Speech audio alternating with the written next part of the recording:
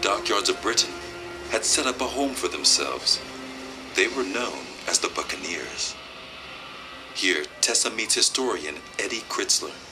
So who exactly were these buccaneers? Buccaneers were just a weird assortment of individuals. They were really outcasts of many nations, of every stripe and color, but adventurers all and individuals all.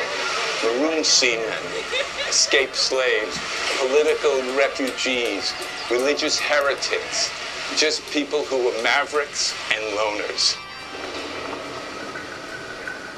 The Buccaneers were drawn to Tortuga after the Spanish released livestock onto the island.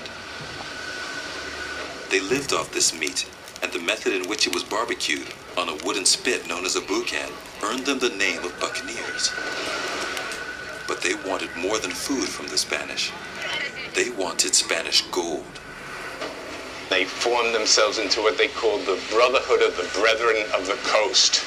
And they went around raiding the little ships that would go intercoastal trading and capturing it and come back and divide the spoils.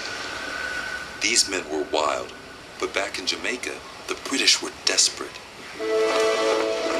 As it became clear that the Spanish would return, they looked for any way to defend themselves. And the governor of Jamaica came up with a radical plan. He invited the Buccaneers to come and live in Port Royal.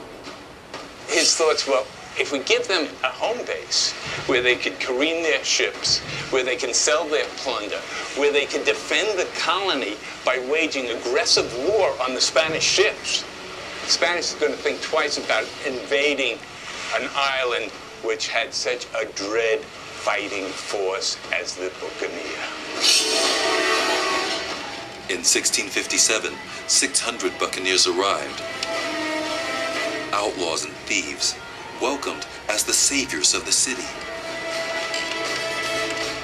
Henry Morgan, who had spent 2 long years manning the defenses of Port Royal, saw his chance.